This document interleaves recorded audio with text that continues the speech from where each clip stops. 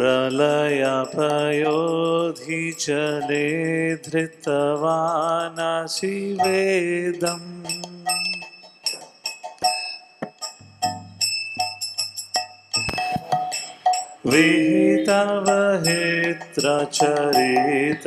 विहितवहित्रचरितमखेदम् प्रलयपयोधिजले धृतवानसि वेदम् विहितवहित्रचरितमखेदम् together प्रलयपयोधिजले धृतवानसि वेदम् विहितवहित्रचरितमखेदम् केशवधृता मीना शरीरा जय जगदीश हरे जय जगदीश हरे जय जगदीश हरे बोलिए केशवधृता मीना शरीर जय जगदीश हरे जय जगदीश हरे जय जगदीश हरे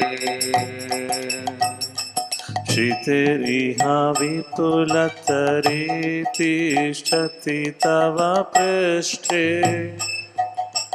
धरणि धारणकिन चक्रागरिष्ठे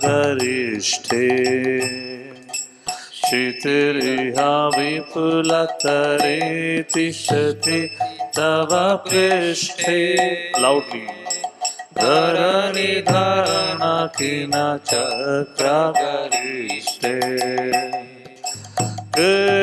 केशवधृता कुर्मा शरीरा जय जगदीश हरे जय जगदीश हरे जय जगदीश हरे केशवधृता कूर्मा शरीर लाउडली जय जगदीश हरे जय जगदीश हरे जय जगदीश हरे वसति दशन शिखरे धरणि तव लग्ना शशिनि कलंककलेवानिमग्ना बोलिए वसति दशन शिखरे धरणि तव लग्ना शशिनि कलंककलेवानिमग्ना केशवधृता रूपा जय जगदीश हरे जय जगदीश हरे जय जगदीश हरे केशवधृता शुकर रूपा जय जगदीश हरे जोर से जय जगदीश हरे जय जगदीश together केशवधृता शुक्र रूपा जय जगदीश हरे जय जगदीश हरे जय जगदीश हरे तव कर कमलावरे नखामद्भुत शृंगार दलिता हिरण्यकाशिपूतानुभृङ्गा तव कर कमलवरे नखाम अद्भुत शृंगार जोर से सहिता हिरण्यकशिपु तनुभृङ्गा केशवधृता नरहरिरूपा जय जगदीश हरे जय जगदीश हरे जय जगदीश हरे बोलिए केशवधृता नरहरिरूपा जय जगदीश हरे जय जगदीश हरे जय जगदीश हरे झलयसि विक्रमणे बलमद्भुतवामन् पदनखनीरजनिता जनपावन् चलयसि विक्रमणे बलमद्भुतवामन् पदनखनीरजनिता जनपावन् केशवधृता वामन रूपा जय जगदीश हरे जय जगदीश हरे जय जगदीश हरे केशवधृता वामन रूपा जय जगदीश हरे जय जगदीश हरे जय जगदीश हरे क्षत्रिय रुधिरमये जगत् अपगत पापम् सनापयसि पयसि समिता भवतापम् क्षत्रिय रुधिरमये जगत् अपगत पापम् सनापयसि पयसि समिता भवतापम् केशवधृता रघुपतिरूपा जय जगदीश हरे जय जगदीश हरे जय जगदीश हरे केशवधृता भृगुपतिरूपा जय जगदीश हरे जो से जय जगदीश हरे जय जगदीश टुगेदर केशवधृता भगुपतिरूपा जय जगदीश हरे जय जगदीश हरे जय जगदीश हरे वितरसि दिक्षुरणे दिक्पति कमनीया दशमुखमौलिबलिमरमणीया वितरसि दिक्षुरणे दिक्पति कमनीया दशमुखमौलिबलिमरमणीया केशवधृता राम शरीरा जय जगदीश हरे जय जगदीश हरे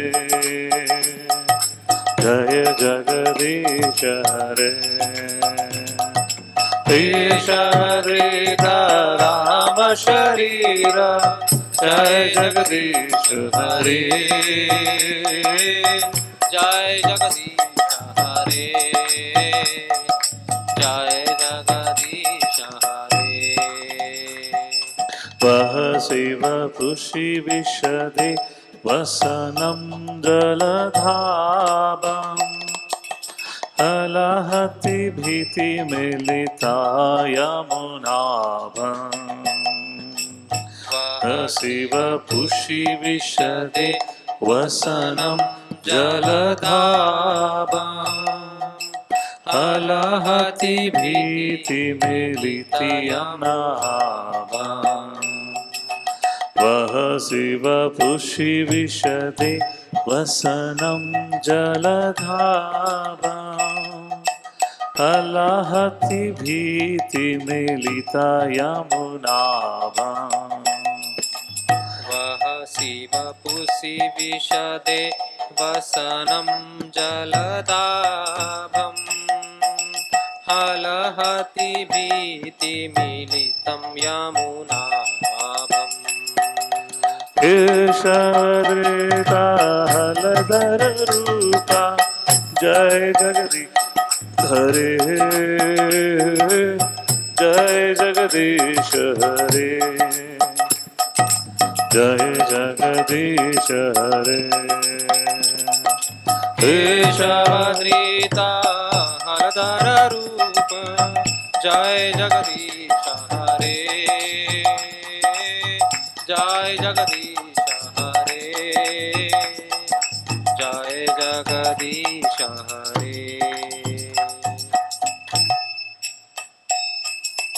नन्दस्य यज्ञविधे अहश्रुतिः जाता सदय हृदय दर्शित पशुघाता नन्दस्य यज्ञविधे अहश्रुतिः जाता सदय हृदय दर्शित पशुघाता नन्दस्य यज्ञविधे अहश्रुतिः जाता सदय हृदय दर्शित पशुघाता नन्दस्य यज्ञविधेरहश्रुति जातं सदय हृदय दर्शित पशुघातम् केशवदृता बुद्ध शरीरा जय जगदीश हरे जय जगदीश हरे जय जगदीश हरे केशवदृता बुद्ध शरीरा जय जगदीश हरे जय जगदीश हरे जय जगदीश हरे मलेचनि वाहनि धने कलयसि करवाला तुमके तुमिव के अपि कर आलम् लेचनि वाहनि धने कलयसि करवाला तुमके तुमिव के अपि कर आलम् केशवदृता कलकी शरीरा जय जगदीश हरे जय जगदीश हरे जय जगदीश हरे केशवदृता कलकी शरीरा जय जगदीश हरे जय जगदीश हरे जय जगदीश हरे श्री जय देव श्री जय देव कवेरिदमुदितमुदारा शृणु सुखदं शुभदं भवसारम् श्री जय देव कवेरिदमुदितमुदारा शृणु सुखदं शुभदं भवसारा केशवदृता दशविधरूपा जय जगदीश हरे जय जगदीश हरे जय जगदीश हरे केशवदृता दशविधरूपा Jai Jagadish Hare Jai Jagadish Hare Jai Jagadish Hare Tava Kara Kamaravare Nakha Adbhutta Shringa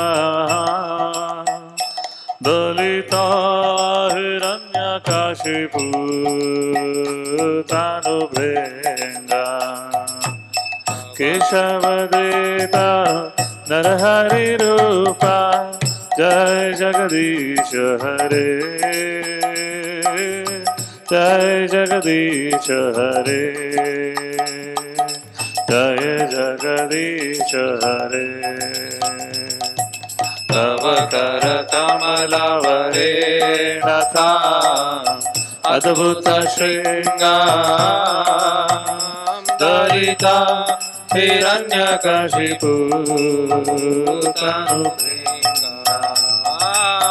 Keshavadrita Narhari Rupa Jai Jagadish Hare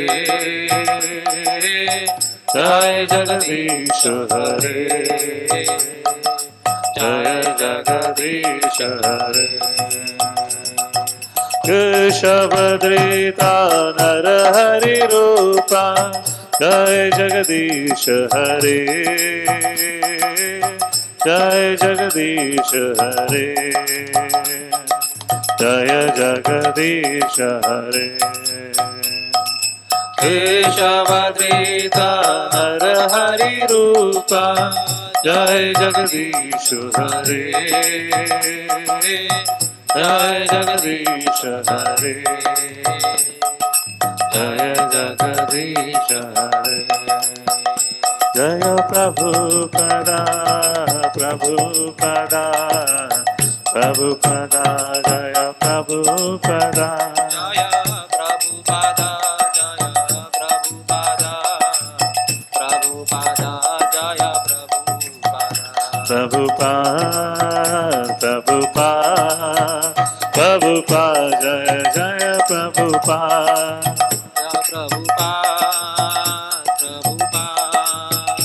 Prabhupada Jaya Jaya Prabhupada Nitya Gaur Hari Bol Hari Bol Hari Bol Nitya Gaur Hari Bol Nitai Gaur Hari Bol Hari Bol Hari Bol Nitai Gaur Hari Bol Shri Harinam Sankirtan. Why did I sing this song today? We are coming to the conclusion of our Bhagavad Gita. This is the 17th chapter. And today there will be a discussion on the topic of faith. I'll do a recap of chapter 16, but just before I start with the discussion, just to help you understand, this is a song written by Srila Jayadev Goswami, where he's talking about 10 incarnations or avatars of Lord Krishna. Keshava Dhrita Dashvidha Rupa Jai Jagadish Hare. So all of you heard, or most of you had heard the 10 avatars of Lord Vishnu. But I don't know if you noticed, there is no reference of Krishna as an avatar here. Right? It ended with Kalki avatar. Prior to Kalki avatar, there was Balaram ji, but not Krishna. Why? Because Jayadev Goswami writes, Kaishavadrita Dashavidha Rupa Jai Jagadish Hare Jai Jagadish Hare Jai Jagadish Hare. Keshava have taken a Dhrita, Dashvidha Rupa. He has taken 10 different rupas or forms. Who is Keshava? Arjuna, while speaking to Krishna during the course of conversation in Bhagavad Gita, he addresses Krishna by various names. One of the names is Keshava. Does anyone know what does Keshava means? What does Keshav means? One is killer of Keshi demon. Other is Keshava, who has beautiful hairs. Right? Kesh कहते हैं ना? Bal, Keshava, one who has beautiful hairs, and Keshava also means one who killed the Keshi demon. Both refers to Lord Krishna. And Jaydev Goswami says, Keshava Dhrita Dash Vidha Rupa. And like this, Lord have taken 10 different forms. However, according to Bhagavatam, he has innumerable incarnations and avatars like that. All are his different manifestations. So, okay, so let's move on to our discussion on Bhagavad Gita. Hare Krishna. So, everyone, please close your eyes, fold your hands, take a 3 deep breath. Om Ajnanatimirandasya Jnananjana Shalakaya Chakshurunmilitam Yena Tasmai Shri Gurave Namaha Namo Vishnupadaya Krishna Prishtaya Bhutale Srimate Bhakti Vedanta Swami Niti Namine Namaste Saraswate Deve Gauravani Pracharine Nirvishesh Shunyavadi Pashatadi Shatarine Jai Shri Krishna Chaitanya Prabhu Nityananda Shri Advaita Shivasad Vrinda Hare Krishna Hare Krishna Krishna Krishna Hare Hare Hare Ram Hare Ram Ram Hare Hare. Gita Unplugged. We discussed last time chapter number 16. Great, it's working. Divine and demoniac. Bhagavan Shri Krishna, Lord Shri Krishna explains through this discussion.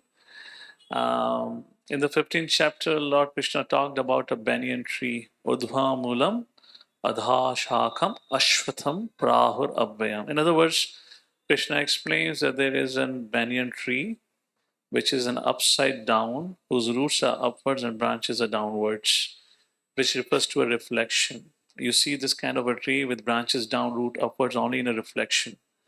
And then Krishna makes a point.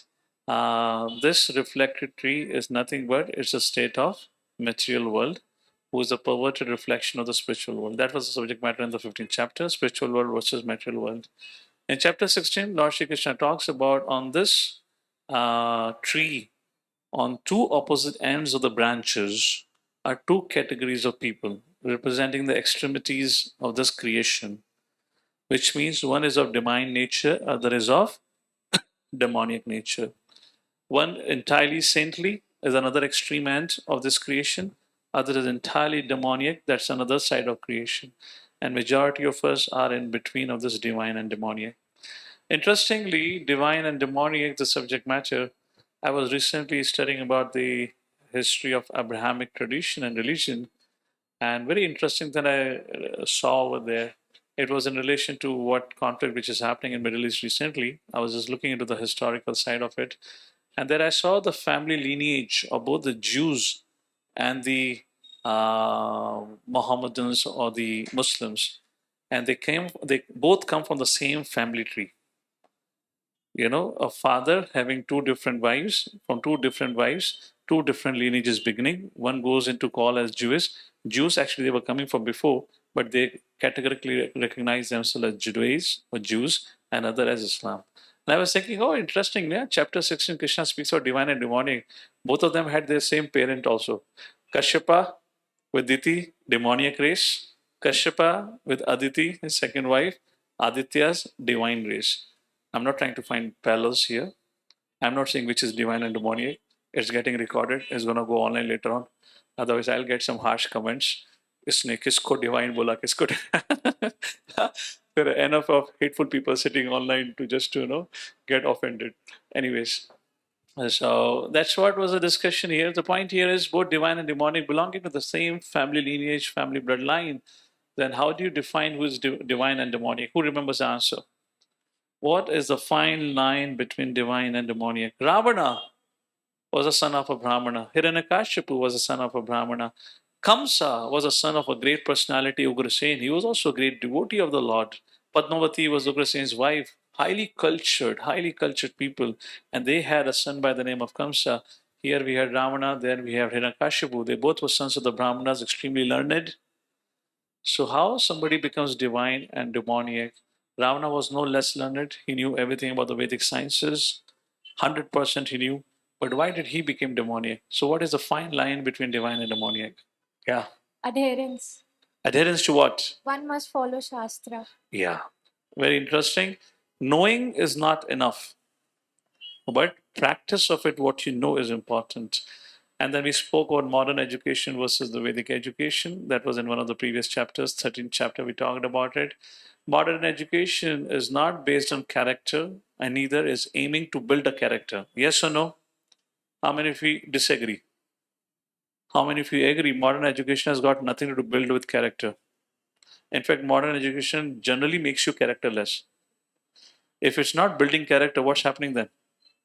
In this world, either you be progressing or else you're getting digressing. Law of gravity is always there. So modern education has got nothing to do with character, building character, generally makes us faithless, agnostic, whatnot, and characterless eventually. However, Vedic education is all about character. Remember the example of Dronacharya and Eklavya? Eklavya came and asked, my dear Gurudev, I also want to join your Gurukul. Dronacharya asked him, who's your family? To whom do you belong, etc. and all that. And once Dronacharya got to know that Eklavya belongs to a tribe which have always been revolting to the established rule and to the king, and they have always fought against the king, Dronacharya said, well, I cannot accept you. Why did he say no? He said, you may be very devoted to me, but your family lineage, to whom do you belong? Because if I teach you, you're going to go back and use it for your family, and your family had been always against the established rule. And it is the same Eklavya who took part in the war on the side of Jarasandha. And he fought against Krishna by taking side of Jarasandha like that. So Dronacharya said no. Can you imagine any admission rejected on this basis today? Today the basis of admission or no admission is how much donation, yeah. You call it donation. Donation is for charitable organization. That is not the right word, donation. Whoever said that. How much ever tip? What do you say? Huh? Okay, कहते हैं goose. I don't know what language this word is, but समझ गए ना? English में क्या कहेंगे? Bribe, not bride, huh? Bribe. I hope you got it. All right, so that was the subject matter in the 16th chapter, divine and demoniac, the difference in understanding and following scriptures.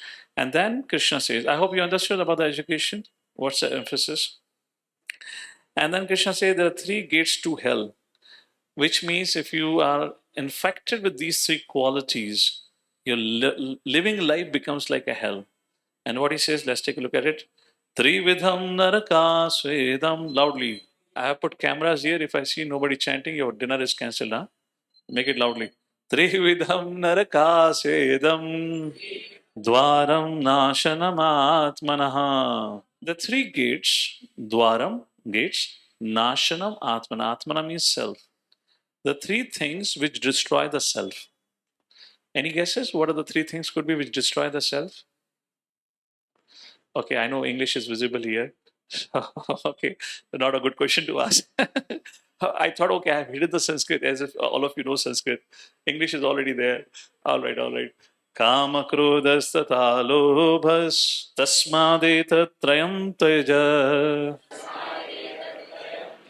How many of you are familiar with kama, krodha, lobha? Lust, anger, and greed. Please raise your hand. How many of you are familiar? How many of you have seen in your friends, neighbors, family members reflecting these qualities of Kam, Krodha, Lobha? Raise your hand. Have you seen outside? How many of you have seen this within yourself? Okay, good. Now you're becoming genuine. Now your Sharanagati begins, surrender. Your acknowledging faults also lies within us. So, anyways, jokes apart, a little bit reflect on it. Does it destroy the quality of living? Yes or no? Krodha, what to speak of it, we all have an experience. Greed makes us restless. We just cannot be content and happy with whatever we have, isn't it? And then Kama. Kama is nothing but that's the beginning of a greed, desires. Ye dil mange more. Pretty interesting ad, huh? And everyone had memorized that line, Ye dil mange more, ye dil mange more. Not Krishna, but Pepsi. Both are dark color, but have different reactions. What happens to you? All right, so three gates to hell, Kama, Krodha, Lobha. Krishna says, you got to give it up if you want to really live your life. Sorry to say that there is no means, you have no technology, no chat GPT, no AI, nothing can help you give up these three things. Do you know how can you deal with it? Why don't somebody just type into chat GPT, can you fix my lust, anger, and greed, please? Tell me how to resolve it. Let's see what ChatGPT answers. Everyone is becoming dependent on the AI tools. Gemini of Google, if I'm correct, right? Google have launched Gemini or something. So a lot of people consult ChatGPT or AI tools. Maybe not today, later in the day when you go back, just for the sake of fun. Sometimes I do this. I have conversation with GPT. Let's see who knows more, he or I, on the subject matter of Shastra, not anything else. So I'll put a tricky question like this. So he can give an answer, or it can give an answer whatever data has been fed to him. On basis of that data, it can analyze things, but beyond that, it cannot do. So our need is still there in the market. Otherwise, next time we'll have a chat GPT model standing here and giving you Gita Unplugged live classes. In future, it may happen actually. So, how do you fix this? Like lust, anger, greed. Any thoughts about it? Look at the environment and the situation, the association that we have, the things that we watch on the screen, everything that we do.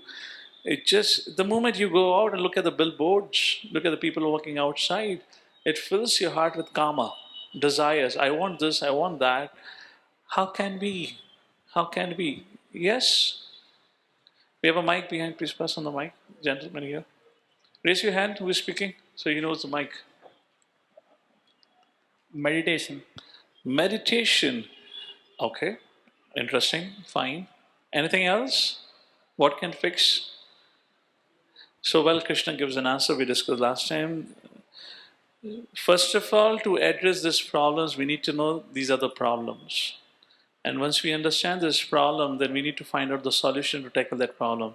And all this can be done by the basis of education. Therefore, Krishna says, take shelter of Shastra, scriptures. If not anything, just read Bhagavad Gita, you would have tremendous benefit. That's what Krishna says. What is Shastra and why is Shastra so important? Because it gives us a direction to live in this world and also to exit this world. We discuss about this in chapter 15. Now, how does scriptures help us rise above this kama, krodha, lobha? That's a very important point. Last time I didn't discuss this, so I thought I'll begin with it. Two things it does. First, regulating sense gratification. How many of you have heard or feel हमारे संस्कृति में बहुत सारे नियम हैं. There are too many regulations in our Sanskriti or culture. How many of you feel like that, or how many of you have heard like this? Please raise your hand. There are too many rules and regulations. Whereas other so-called religions, there is no rules and regulation. Do whatever you want. At the end of the day, when you're dying, just take the name of my Almighty. He will take you to heaven. And then you know what's going to happen in heaven. Let me not speak about it. You do whatever the whole life, doesn't matter, but at the end of the day, you say, I surrender to Falana Dhikana. And that Falana Dhikana will take away all your sins and will take you back. And there'll be some interesting party, Friday night party would be happening. So you know with whom it's going to happen, what they say. I mean, party culture, they don't want to live there also. They want to carry this sense gratification spirit there also. They're carrying the spirit, but only with the spirit, because body is left behind. So with the spirit, without a body, how will you enjoy? They can't answer that. So I don't know what kind of crazy ideas. Anyways, regulating sense gratification. Of course, at times it seems like there's too many things. But Srila Prabhupada ji, he gave some basic principles, and we need to understand the need for it. And I'll give you a very simple example. I hope you will understand. Therefore, we just don't give education, we also talk about the lifestyle. And then, that's the discussion for today's session also. And it's very simple. But first understand the importance of rules and regulations. How many of you know the game of soccer or football? Mostly all of you know. Let's visualize for a second, close your eyes, and imagine you're playing a football with your friends. If you're playing a football with your friends, what is an objective of playing a football or of having a match? Is to put a football in the goalpost on the opposite end, right? It's a straightforward game. And the whole fun on the game is, to scribble between each other, is just to get hold of the ball and kick the ball in the goalpost. Now to do that, if you play football in any professional setting, they would have a boundary. Imagine if there is no boundary. There is a goal post on either side and you're playing football. How many of you agree? After 10 minutes of your playing, probably goalpost will not be visible also anymore. Raise your hand. How many of you agree? 100%? You're playing a football for the sake of putting a ball in the goalpost. That's only a fun. But now because there is no boundary, you've gone far away from the goal. Yes or no? But what does boundary does? You may say boundary restricts my freedom of expression. I should be allowed to kick the football in any direction, anywhere, and there should be nobody telling me this is foul. This is free nation, freedom of expression. Oh, hell with your freedom of expression. The football is not meant to express your freedom of expression. The football game is all about hitting the ball in the goalpost. But there is a boundary. Boundary act as a regulation, which restricts the movements within a set boundary, set area. Why? So that you do not miss out the goal or the objective of playing the football. Yes? Similarly, the Shastric rules helps us to stay focused on the goal of human form of life. Goal of human form of life is not to get distracted. Do whatever my mind wants it to do. Nobody has been happy. Now Ravana was so powerful that nobody could challenge him. Even the Devtas were afraid. Now, do you think Ravana was ever happy? If he saw any beautiful thing, he wanted to exploit that.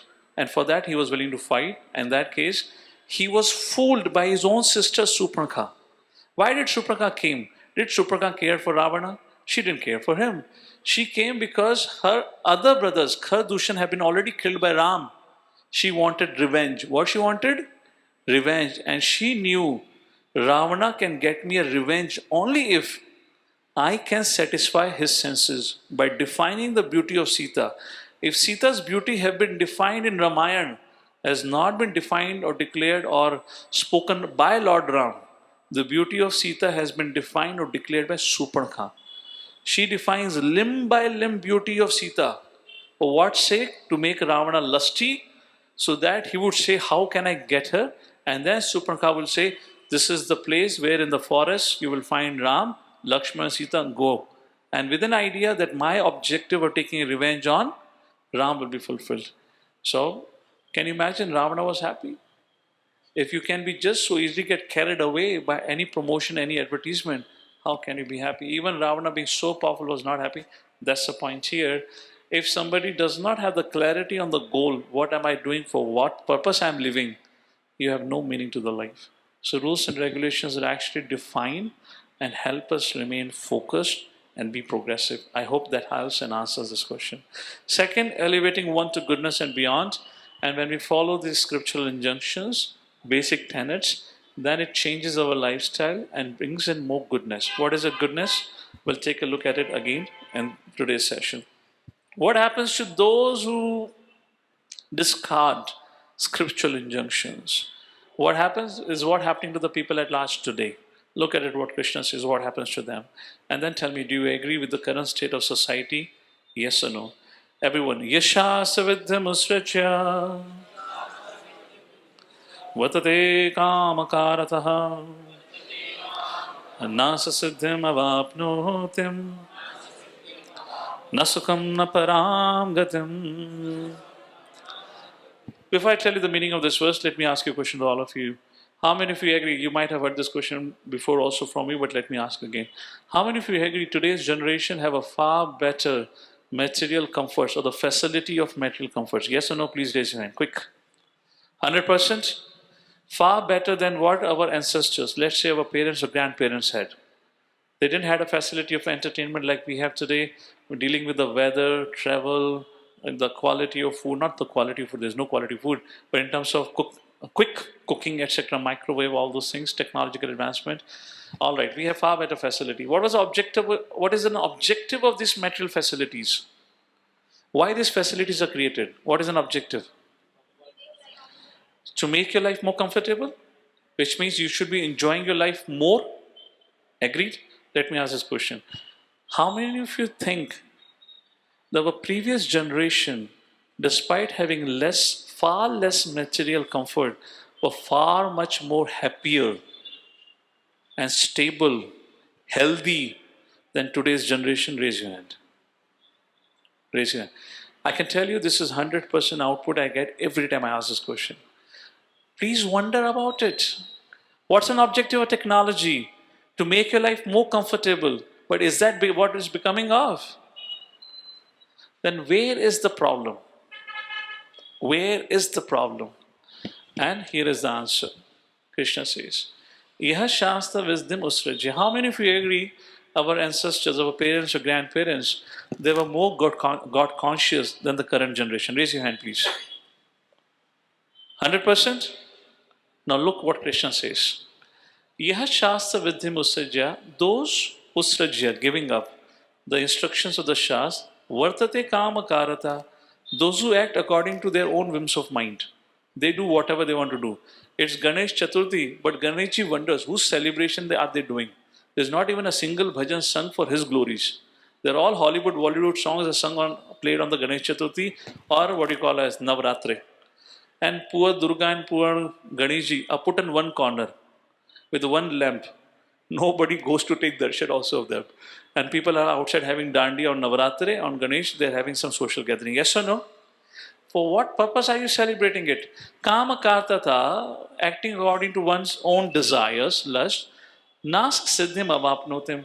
Siddhi means perfection. Avapnoti means you don't get.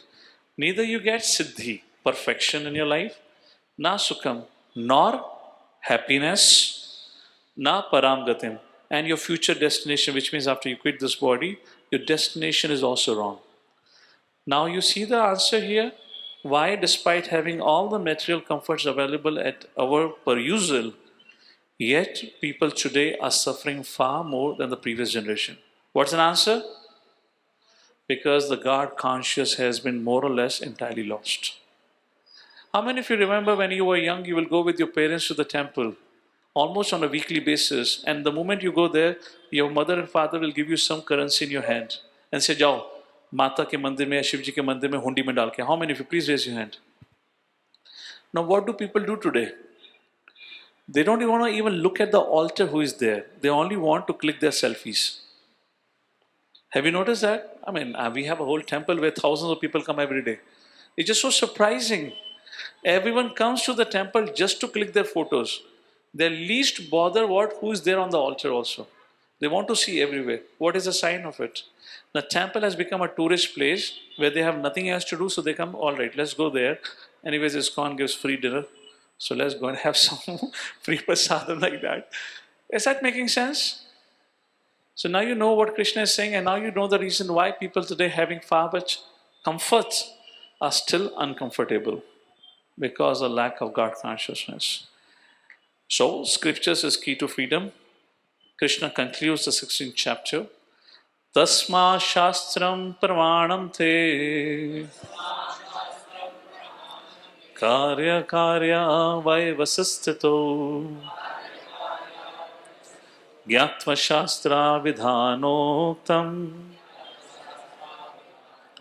karma kartum miharhasi. So Krishna concludes the previous chapter saying, Tasma, therefore, Shastra Pramanam. Therefore, Shastra ke basis pe, on the strength of Shastra, Karya Akarya Vaivastita. Vaivastita means to establish. What? Karya, what is action? Akarya, what is inaction? In other words, on the strength of scriptural knowledge, one should understand what is a right action and what is a wrong action. How many times have you met people, even from your perspective, they're doing something wrong? If in case you had that experience, yet the other person thinks, मैं तो किसी को कुछ बुरा कर ही नहीं रहा, मैं तो सब अच्छा कर रहा हूँ. How many of you had that experience? Raise your hand. Why? Because everyone is dictating the terms and conditions based on their perception of life, which is based on the knowledge that they've acquired with their interaction limited to their environment. But the laws of the nation or laws of the universe will not function or depend on your environment. If somebody comes from the village where there has been no traffic signal, and he comes to the city, and now he's driving a moped here, no moped तो नहीं, चलो Honda city कह देते हैं Luna का जमाना गया. Imagine he is driving a car here और let's say a tractor here and he jumps a signal, would he get caught or not? No, he cannot say अरे मेरे गांव में तो कुछ ऐसा नहीं होता, और मामा तो झापड़ मारेगा कान के नीचे, बोला welcome to city.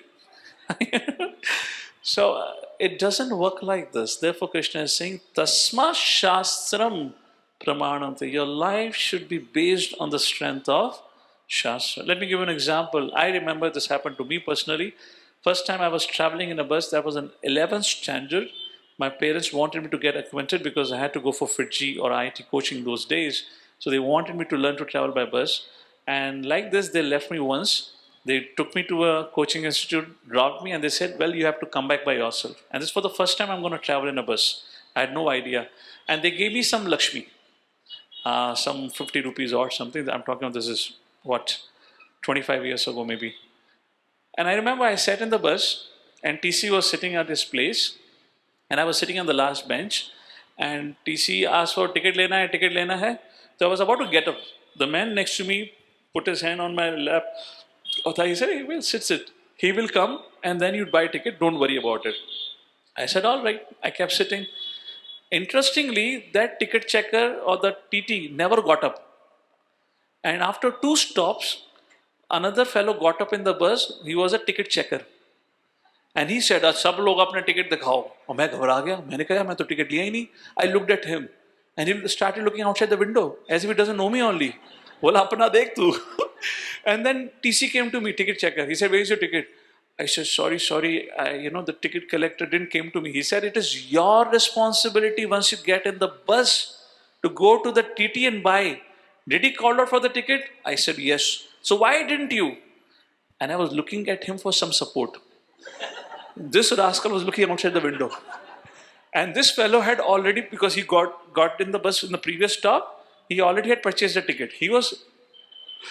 You have to be careful of your association. I had 50 rupees. And I said, this is my first time. He said, very good. I'll teach you a lesson which you'll remember lifelong. I said, I have only 50 rupees. He said, that is what the fine also. I said, I don't know how to go home. He said, no problem. You will learn how to go home. He took 50 rupees. Next stop, I had to catch 2 buses. Finally took 50 rupees. I got down. I had 0 rupee. And it was a day. This is 2020, not 2020, sorry, 2000, 2001. Mobiles have been just launched. Mobile used to be like telescope. Oh, lambe, if you remember. Man, such a bad time. Anyways, the point here is, he was right. If you're getting in the bus, it is your responsibility to understand the rules. You cannot blame your ignorance. And I was fined by that person. Similarly, living our life in this world, you cannot claim your innocence and put your blame of your ignorance, saying that nobody told me what is right. Now, I could not put blame to this guy. Even if I would have said, he stopped me, he would have said, I don't know you. Even if I would have said, I stopped you, TC would not have fined me? Ultimately, I don't have a ticket. So that's the point here. We should learn scriptures, we should understand. Don't worry about scriptures, just study Bhagavad Gita. That itself will be sufficient. You don't have to go too far for that. That's the subject matter. Fine, so that's how 16th chapter ends. Let's begin 17th chapter. So in 16th chapter, Krishna spoke about those who have faith in scriptures, they're called divine. Those who do not have faith, they call it demonic. Now Arjuna have a question. What about those जो दुर्गा पूजा करते हैं, दिवाली पूजा करते हैं, धन संपत्ति धरावे, जय जगदीश हरे? कितने लोगों ने ये एंथम गाया? हाथ खड़ा करो. धन संपत्ति घर आवे, जय जगदीश हरे. हाथ खड़ा करो. कितने लोगों ने एंथम गाया? जितने भी नॉर्थ के तो 100% गाया होगा. और सामने लगा होता है लक्ष्मी जी का चित्र, साथ में गणेश जी का चित्र.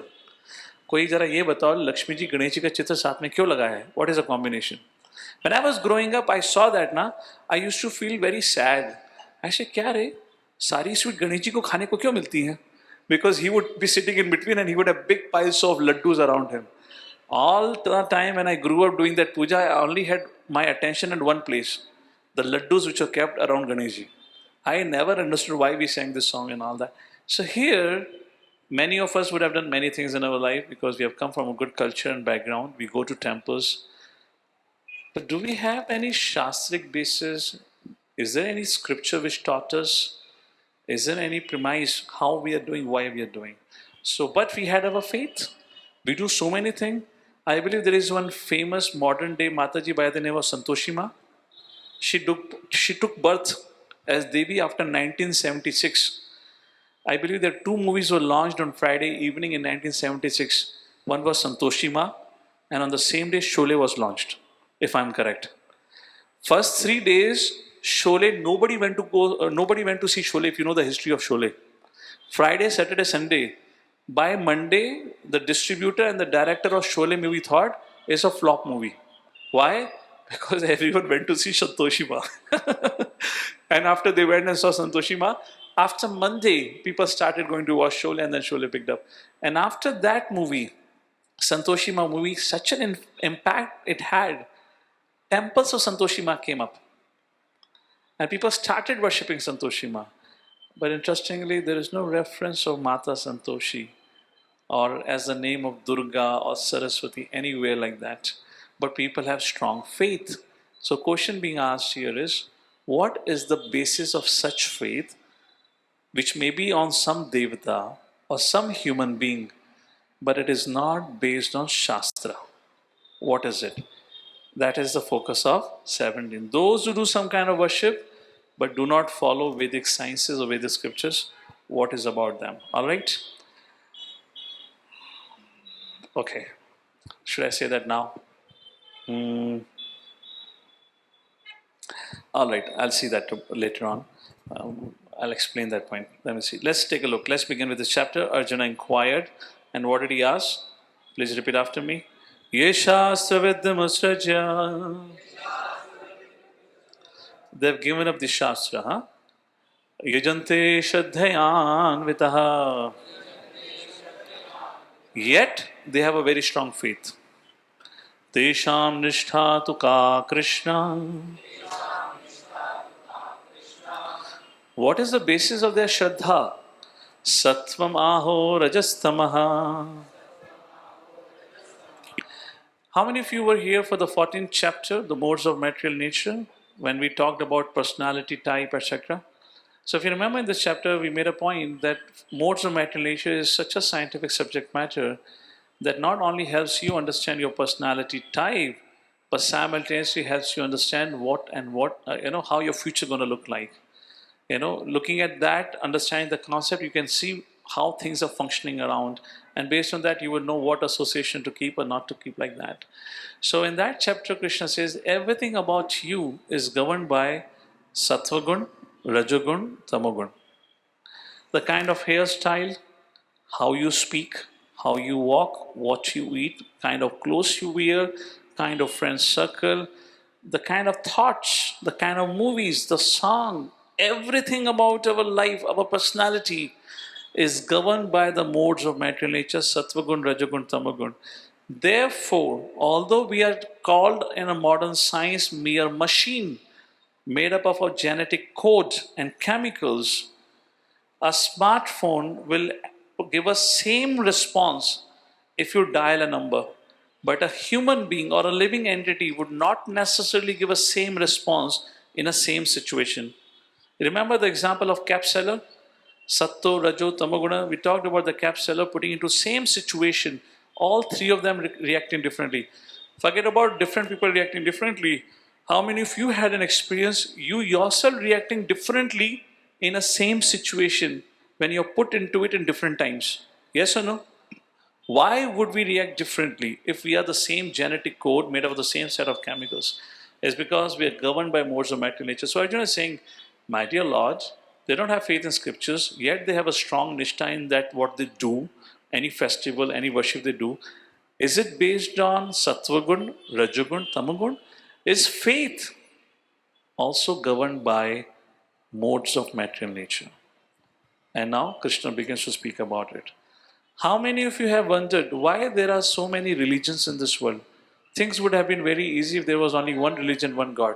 Yes or no? Why there are so many religions? Because there are people in different modes of material nature and they need some opium in that particular mode to continue functioning. Once you understand the subject matter of modes of material nature, you can very well understand in what mode of consciousness Islamic faith, Christian faith, Abrahamic faith, Jews, Zoroastrianism, whatever religions are there, even modern day Hinduism, in what mode of consciousness it is practiced. And those kind of people get attracted to those kind of religion. If some religion is in Tamoguna, only Tamoguna people will get attracted to it, not Sattvaguna. And that's what you see around. So, faith. Prabhupada raises a question. And now, if one with faith follows some rules which are not mentioned in the scriptures, what is his position? Are those who create some sort of God by selecting a human being and placing their faith in him are worshipping in goodness, passion, ignorance? And do they attain perfection of life as Bhagavad Gita promises? Is it possible for them to be situated in real knowledge and elevate themselves to the highest perfectional stage? Do those who do not follow the rules and regulations of Shastras have faith in something, worship some devtas or man? Would they attain success in their effort? Like this, Arjuna is putting forward questions to Lord Sri Krishna. So, in this 17th chapter, again the discussion would be based on modes of material nature. First, faith, according to goodness, passion, ignorance, will be defined. Then, after that, your food in goodness, passion, ignorance. After that, your lifestyle. Then, your austerity, your charity, different actions that we perform would be defined according to the modes, and then see if it makes sense or not. Another interesting subject. Let's begin with it. Acronym for this chapter is FACE. Let's begin with faith. Interesting. Faith means those who are of the scientific mindset. I would not say scientific mindset, I would say those who are of atheistic mindset. They say faith is a prerogative of religious individual. Faith is a prerogative, or faith is the basis of a dharmic fellow. Their life is not based on logic and science, but their life is based on faith. But I'm sorry to say that, that's a misunderstanding. Even the scientist's life or atheist's life is based on faith. Nothing can happen without a faith. Everything, the moment you lift your leg and put forward your feet, you put forward your feet because you have a faith. The ground in front of me is firm and strong. If you would not have that faith, you will not put your feet. Yes or no? Everything is governed by faith. To say that faith is only a prerogative of those who are religious is a wrong understanding. So we all put faith in traffic lights, doctors, banks, whatnot. Without faith, nothing can function in this world. Faith means to see opportunity, reward, and value in something that we consider important for ourselves. So, in accordance to the kind of faith that we have built according to our association, based on that, we develop our worldviews, lifestyle, and traits. To give an example, according to some religious faith or belief pattern, except for the people of their religion, everyone is kafir. And such people have no right or claim to live on this earth. Isn't it? It's their worldview. And the moment you switch, like switch the party, you join their party, then you are the brother or sister. But if you're on the other side, you're an enemy. So there was a Mark Twain, a very famous philosopher. He wrote very interesting statement. He says some people read black Bible and some read white Bible. And he explained, when you write in a book, it's written with a blank ink.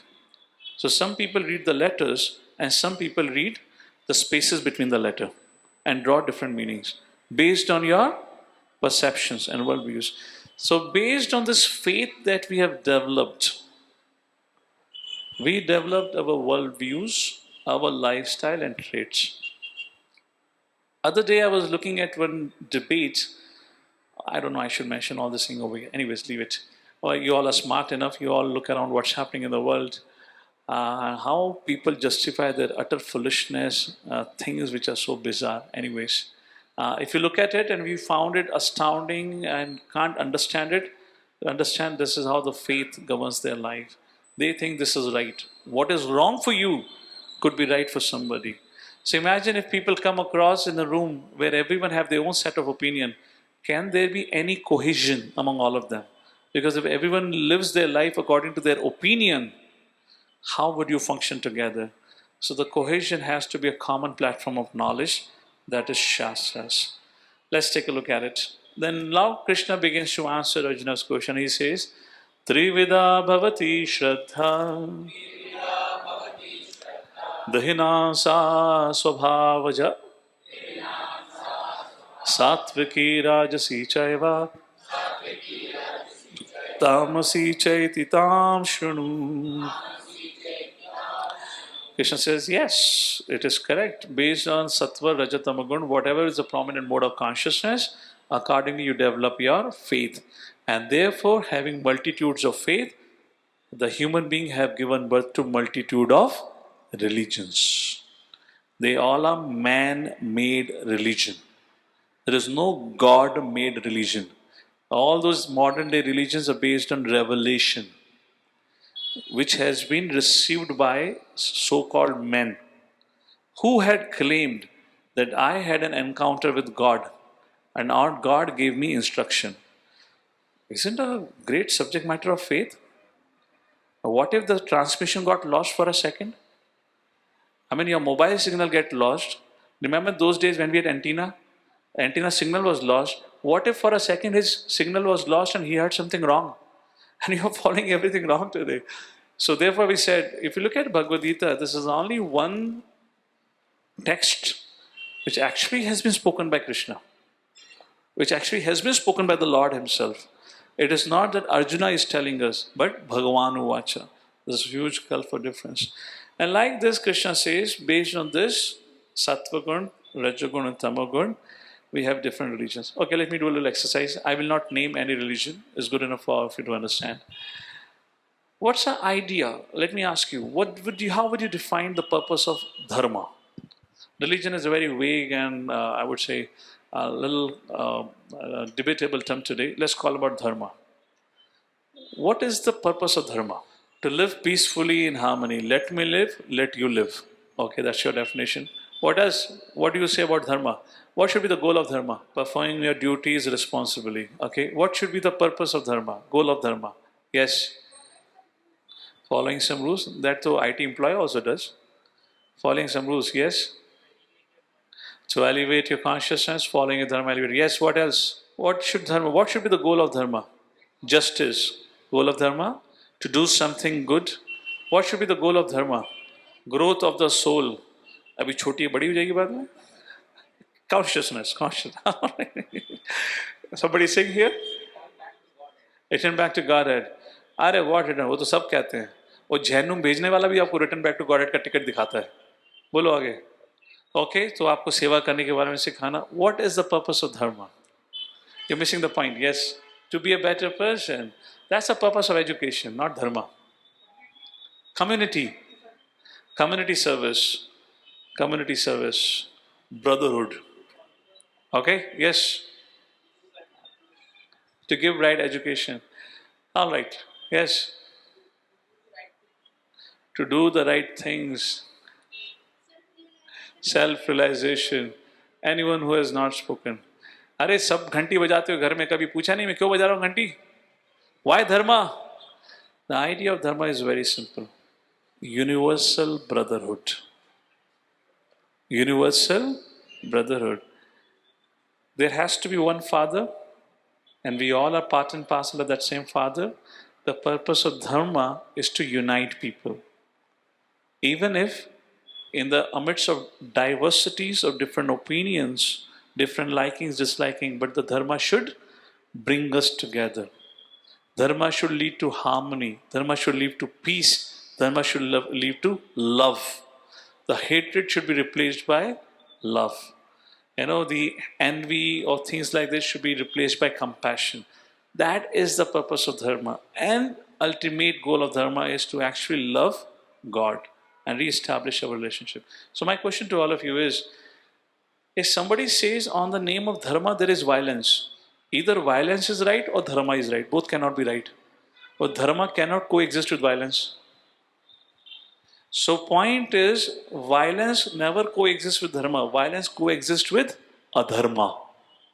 So if dharma is leading to violence, no, no, no. Cross it. It is adharma that leads to violence. It is your problem that you have considered adharma to be a dharma. It is whose problem? I have taken adharma to be a dharma, and therefore everything, every time it takes to violence. And that kind of dharma is worshipped in mode of ignorance, tamoguna. Tamoguna religion will always lead to hatred, division of society, and butchering and killing of people. Now you understand which kind of dharma it is in the today's man-made society? All right. What would be a dharma or religion in mode of passion? That would be the first definition. Let me live and you live your life. अपने को तेरे से कुछ लेना देना नहीं भाई. हम चंगे हैं तो जीवन चंगा है. हमें अपना जीवन जीना है. Which means the dharma becomes the means of one's livelihood. Dharma becomes the means of, we come together with dharmic people to flourish in our life, to have some business deals and whatnot. I was in Washington, D.C., this is back in my college days, and I was traveling with this Christian group, and they took me to this, the biggest church of Washington, D.C. And our host, we were staying there for a week, and for 3 days we had one host and 3 days another host. And this particular host took us. And the point was, all of us who were staying with different places were going to come and assemble at this church. It's important for me to give a little background of this host. He was a Jew from the Second World War, migrated from Germany to America like this, settled, family survived and moved there. And in 2001, his mansion, he didn't have a house, 2 BHK, 3 BHK, he had a mansion, won the Best Designer House of America award. His mother was an architect. And he had not a house, but he had a hillock, whole hill. On top of the hill was his house. And the house was so interesting that there was no wall. Imagine next morning you're taking bath. You know, so next morning when I went to the washroom to take bath, मैं कोई तो सब कुछ दिखता है यहाँ पर. You know, it was all windows only, on the glass only. And it was designed in such a way when the sunrise will happen. So sunrise will start from the one corner of the house, and until the sunset, the sun will be right above on the top of the house. It will go from the one corner of the room to another corner of the room, like this is the house. And he had his own private lake. So he was a big scientist, entrepreneur, and all that. And when we sat down one of the evenings for dinner, I was amazed. Everything in his house was unique. Now you talk about remote control today. This is 2008. Everything was sensor based. He was a sensor genius. If anyone is climbing up the hill, he would have this whole big screen and he'll get to know from sensors somebody's coming. He had cameras all over the place like this. And he, his wife, and 2 daughters and 1 son was living on this hillock. Nobody for kilometers all around. I have never seen this in my life before. It's a dinner time. Mother goes and cooks a fresh bread. She brings it and we all sit down. Nobody's starting the dinner. क्या चल रहा है यार? अब जब बैठ गया तो dinner खाओ ना. And then the father asked his wife, the husband asked his wife, where are our sons and daughters? The wife called up the son and the daughter, and they turned out to have gone for some party. The father said, we will not eat until the son and daughter comes back. We waited for 45 minutes or so until the son and daughter came back. They came back. I was really impressed. I said, this is culture. They came back. All of us sat down. And before we could start eating, the father said, all right, let's thank the Almighty for giving us the bread. And everyone folded their hands and offered their prayers.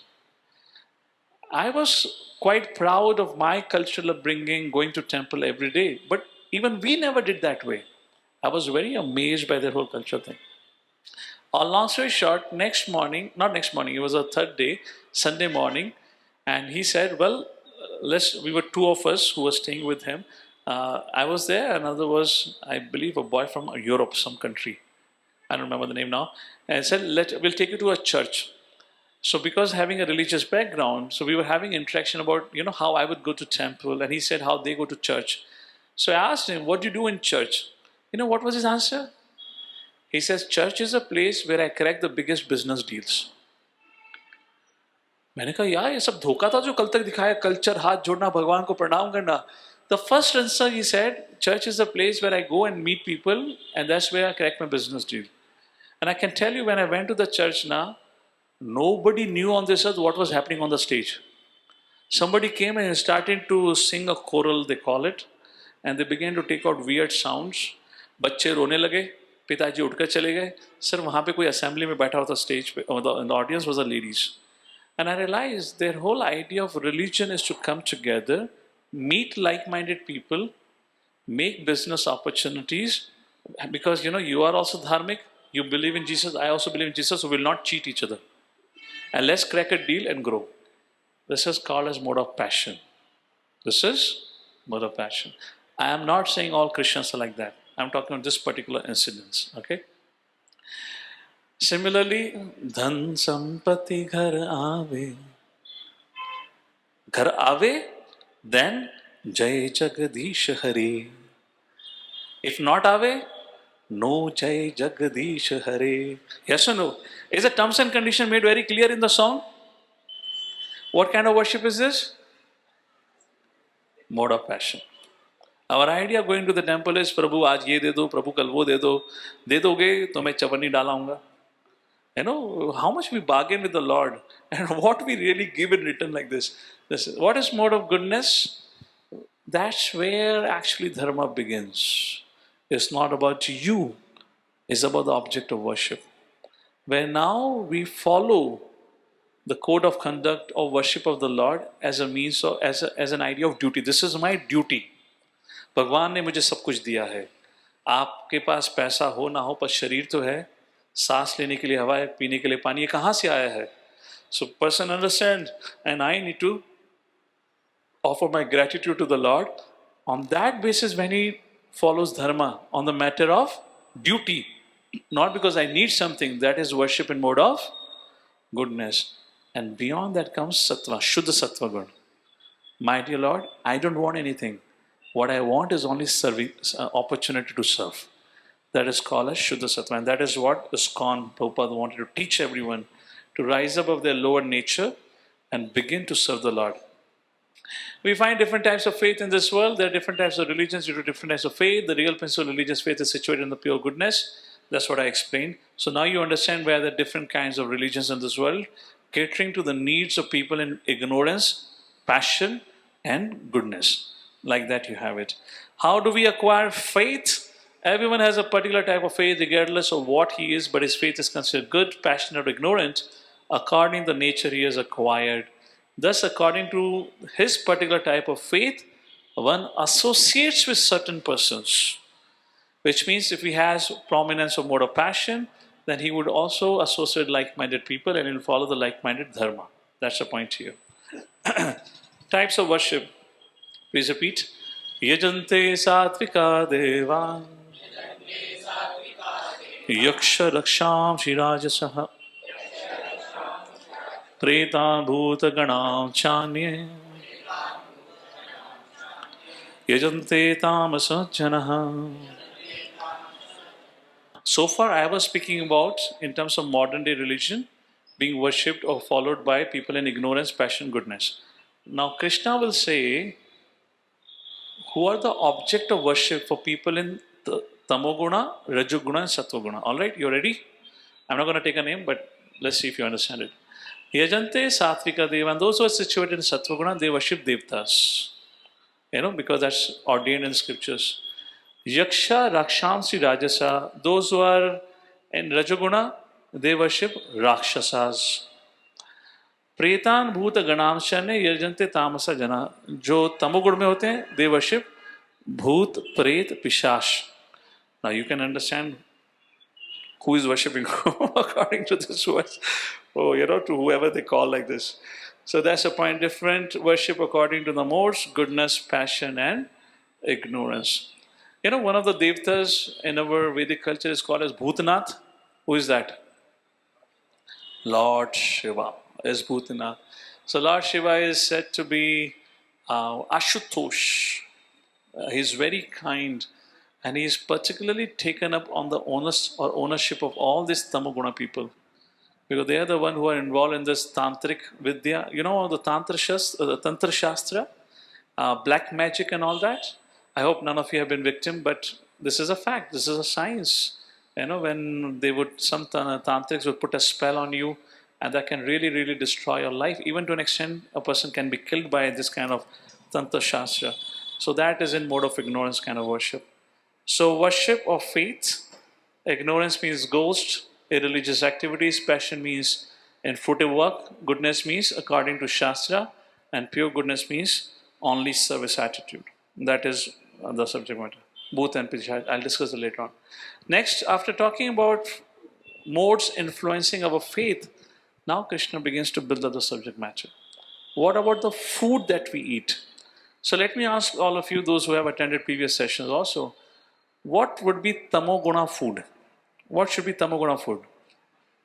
Or maybe let me start with sattva first. Let's start with the good thing first. What would be the foods characterized in sattva? Raise your hand and let's try to give an answer. We have a hand here. Can I give the mic? What do you think? Yes, mother. Fruits, vegetables. Fruits, vegetables. Okay. Grains. Okay. What else? Okay. Remnants which is offered to the Lord. That is prasadam. That is mode of goodness. Fine. Milk products, vegetables, fruits, grains. All this goodness. What is passion then? Which foods will be categorized in Rajoguna? Okay, give the mics to the gentleman. Yes. ज़्यादा तीखा पका हुआ और गरम नहीं पका हुआ problem नहीं है कच्चा थोड़ा ना खाओ तीखा बहुत तीखा जला खटा हुआ I remember when I was studying in Vellore University in South doing my undergrad, there is a particular area of Andhra Pradesh. Now Andhra Pradesh is divided, so I don't understand it, Andhra and Telangana. But certain area or certain belt, anyone from Andhra Pradesh here? Okay, maybe she would know, you would know. In certain belt of Andhra Pradesh, people love spicy food. They just cannot eat without spicy food. So in Vellore, there was one particular restaurant which particularly served Andhra special. And I don't come from a spicy background. So my friends who were all Andhrais, they knew that I cannot tolerate, but I said, no, aaj to hum Andhra special khayenge. And they particularly ordered the least spicy item. You know what was that? Plain rice. आंखों में आंसू निकल आ गए थे plain rice खाकर बस उनका इतना होता है of course this is a body type it could be but yes too hot too spicy hot मतलब गर्म नहीं है स्पाइसी वाला हॉट है इसका मतलब too oily like that okay what would be food and ignorance now when you're talking the food and goodness passion ignorance you know anything that you associate with further cultivates your mode of consciousness if you consume food and goodness it builds your goodness. If you consume food and passion, it builds your passion. And ignorance builds your ignorance. What would be food and ignorance? Stale food, okay, what else? Non-vegetarian, okay, because it's a stale in that way. What else? Fast foods. So the quality of goodness, it has to be freshly cooked. Okay, to help you understand this, because there's a lot of cultural differences happening now, go back and remember your days when you were growing up. In case of you, when you were growing up, your mother will feed you freshly cooked food, yes or no? Never ever would be a story that she would feed you something which she cooked in the morning. Very rarely. Very rarely. But it would be 3 times freshly cooked food, yes? Go and ask your parents. They would tell you, it's a different thing today.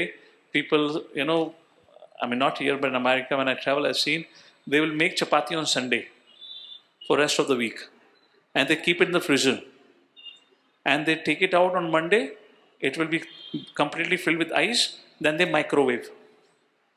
And then they take it out and eat it.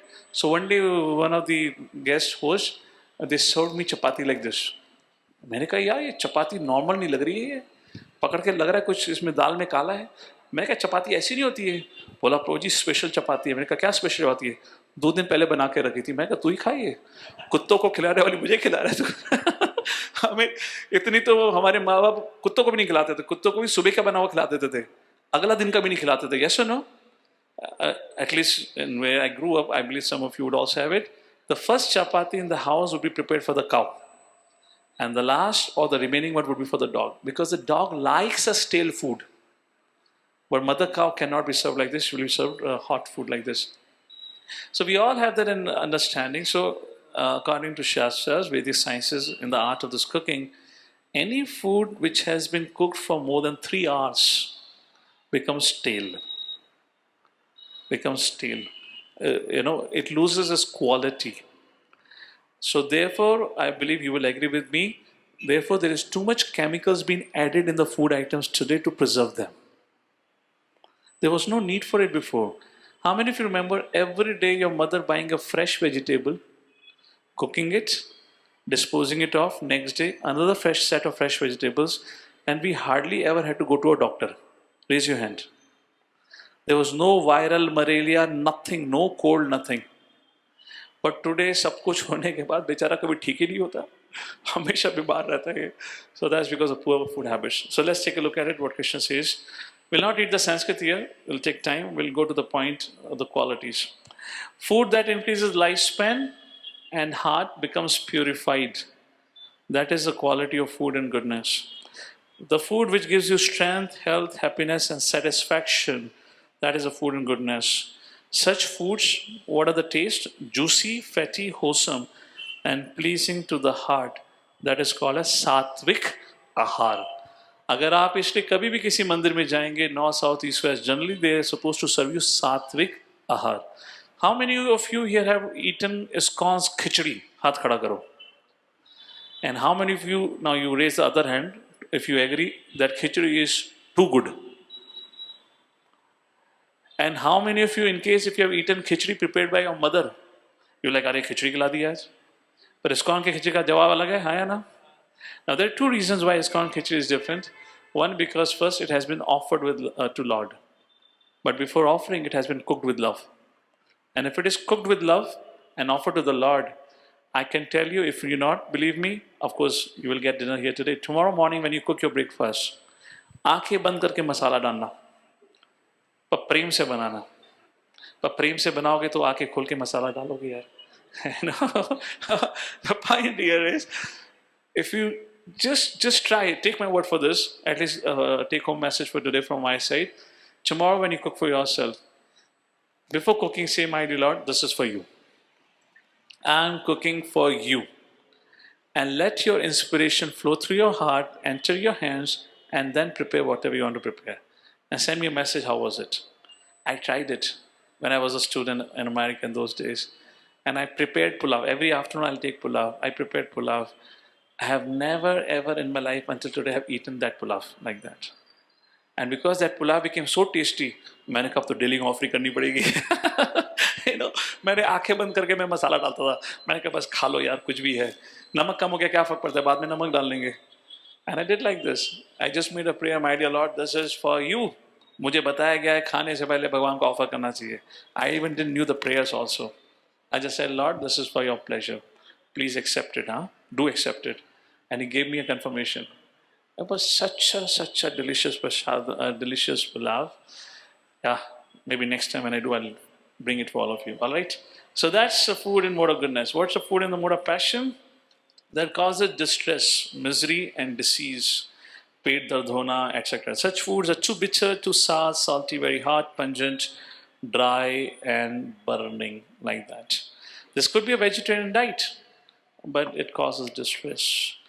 What are the foods in the mode of ignorance? Food that are prepared more than 3 hours before being eaten. इसमें प्रसादम को count नहीं किया था. प्रसादम is not within the modes.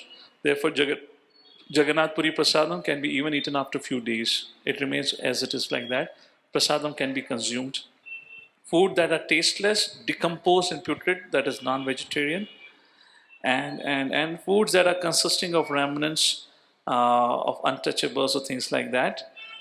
So any food which is a canned food, you get the canned foods now. So all that is in tamoguna because that has been prepared long ago. उसमें chemicals डाल के उसको preserve करा गया है. That's not good for health. That's not good for consciousness. So You eat this kind of food, you cultivate that kind of mode of consciousness. And you will eat only those kind of food that are prominent according to your consciousness. If you're a Sattva-guna person, you like Sattvic ahar. If you're a Rajasic person, you want too spicy. And if you're a Tamoguni person, you would have a very strong taste for putrid and stale foods like that. What are the music in the modes? If you've understood modes a little bit, what would be the music in Sattva-guna? Okay, I don't know if I should ask you this, but let's try. How many of you have done head banging? Can you remember college days?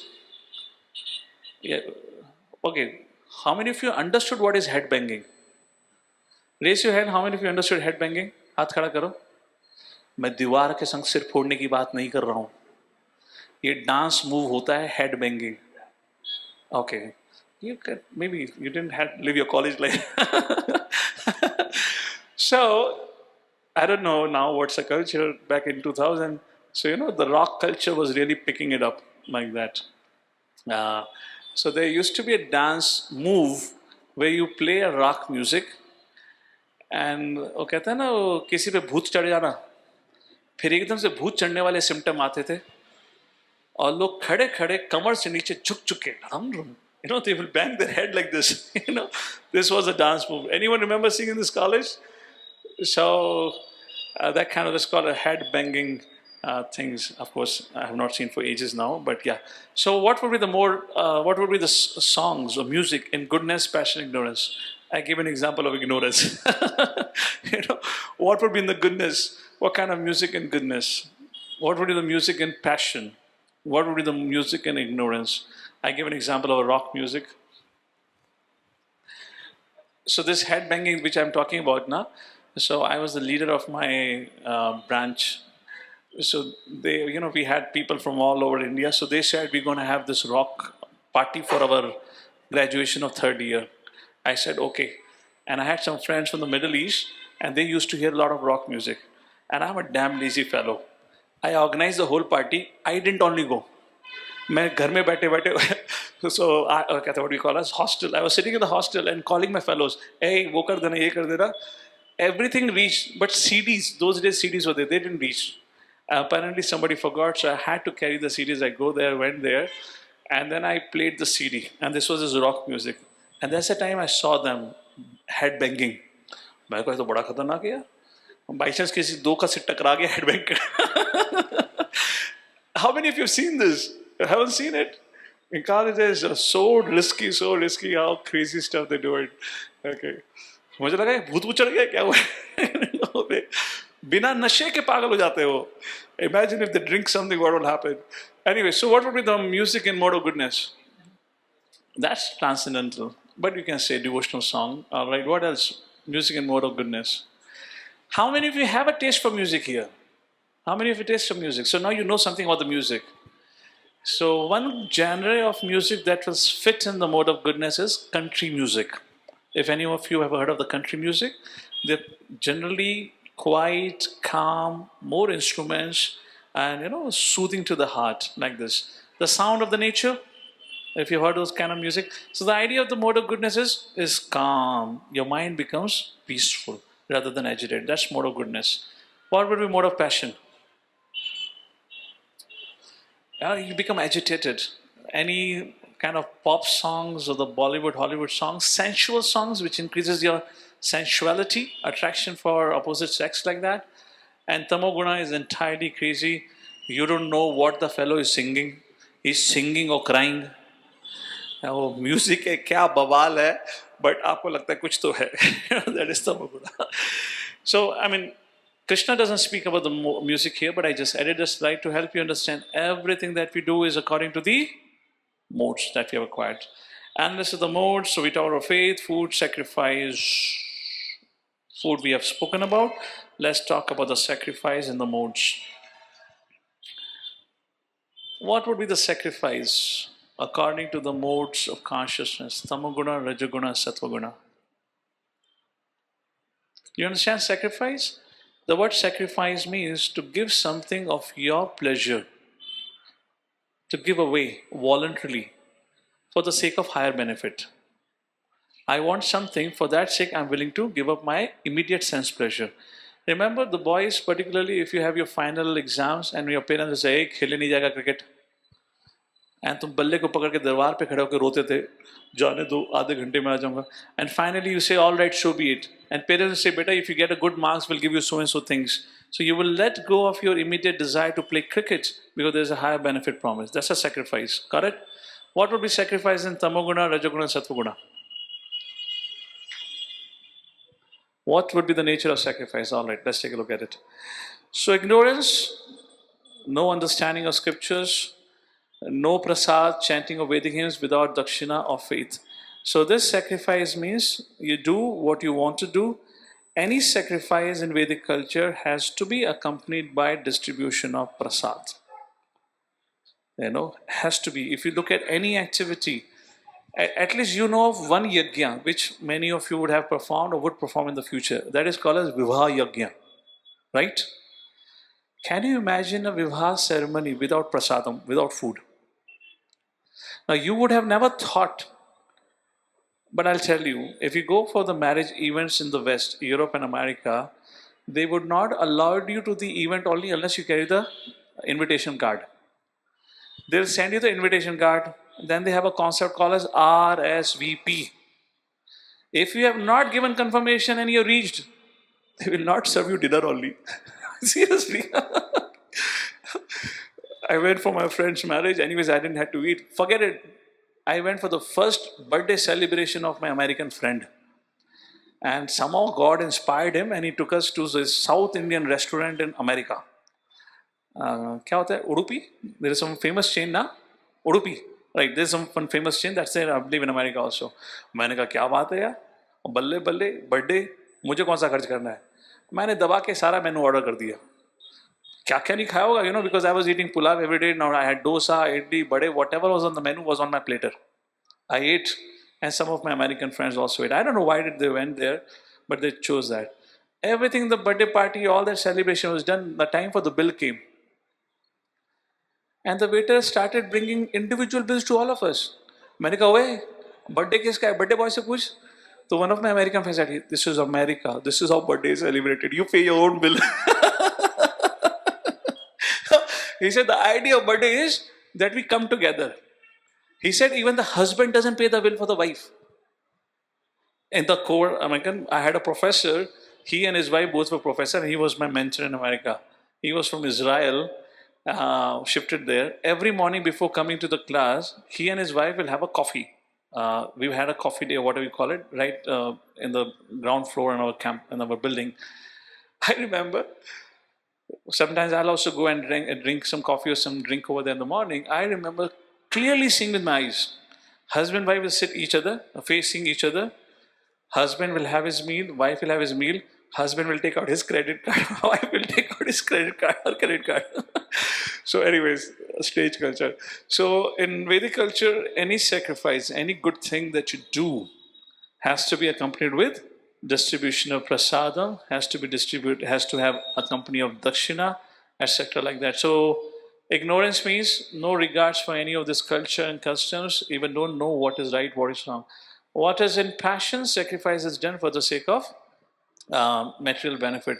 Like Duryodhana performing Vaishnava Yajna. Who? A Vaishnava performing Vaishnava Yajna. For what pleasure? For what sake? Not for the pleasure of Vaishnavas or for Krishna. He did that Vaishnava Yajna just to show Yudhishthira Maharaj, make him feel inferior in the front of the eyes of the public by saying that if he could do Rajasuya Yajna, I can do a better Yajna than him. The purpose of Yajna is for the pleasure of Yajna Purush. And he was doing for the sake of proving himself to the audience. Goodness performed according to the direction of Shastras as duty, and those who desire no reward like that. And in case of pure goodness, it's for the pleasure of Guru and Gauranga.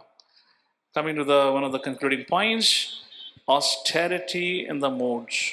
That was about sacrifice and then austerity. Similarly, austerities are of three types: body, speech, and mind. And this is a very important subject. What is the right austerity of body?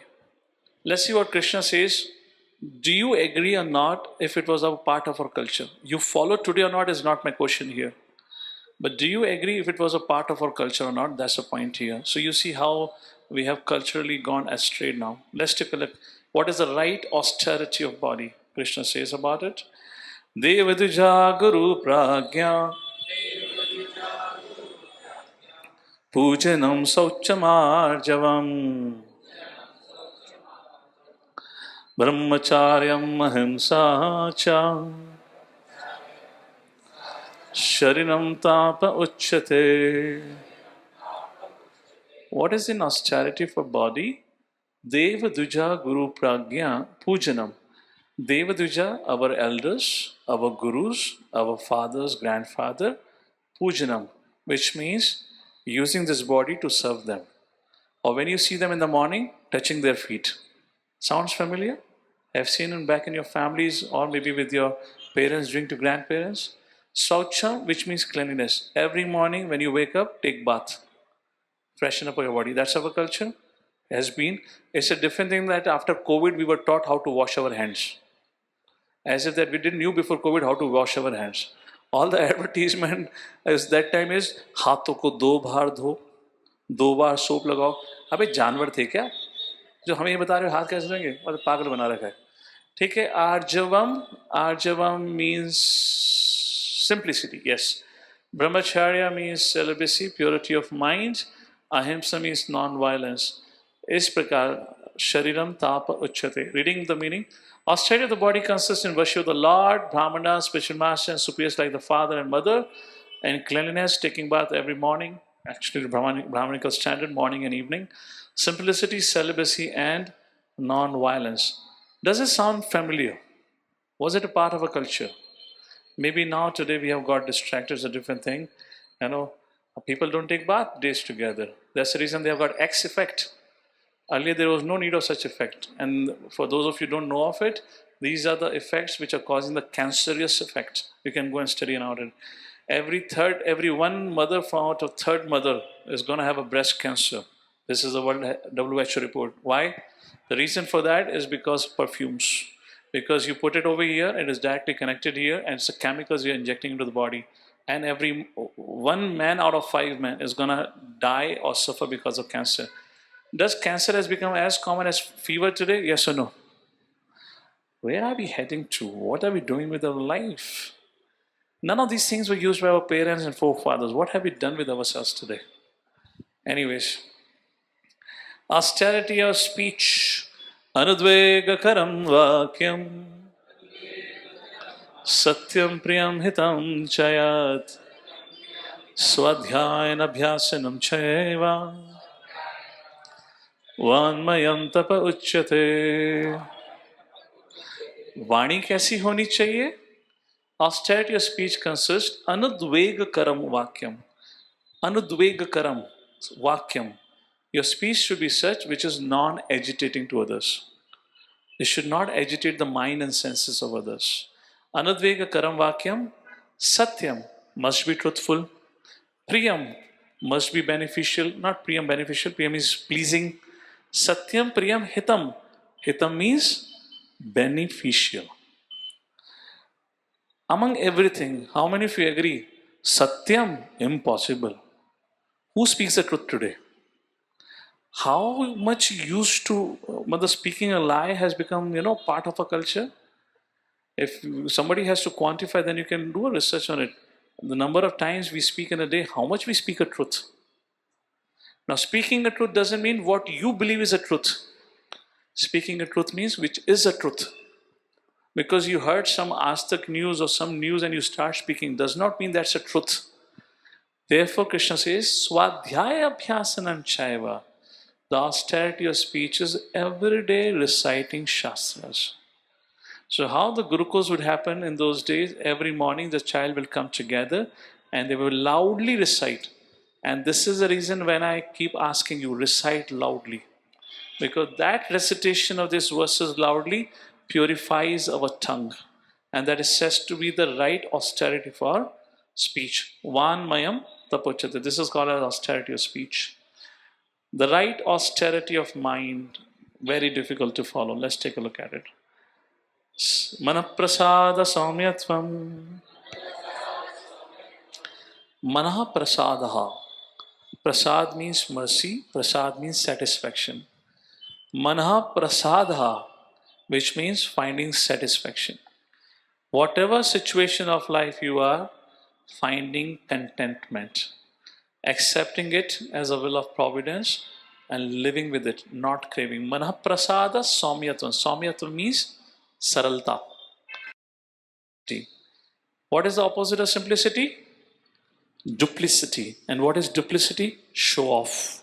What is duplicity? Speaking a lie. What is simplicity? Being yourself and speaking the truth. Maunam atma vinigraha. Mauna means maun, gravity, which means speak when necessary. Or else, atma vinigraha, control of the self. Bhava samshuddhirtiyeta tapamana samuchyate. And bhava samshuddhi ritiyeta, which means the mind should be engaged only for one purpose, for the purpose of purification of the self.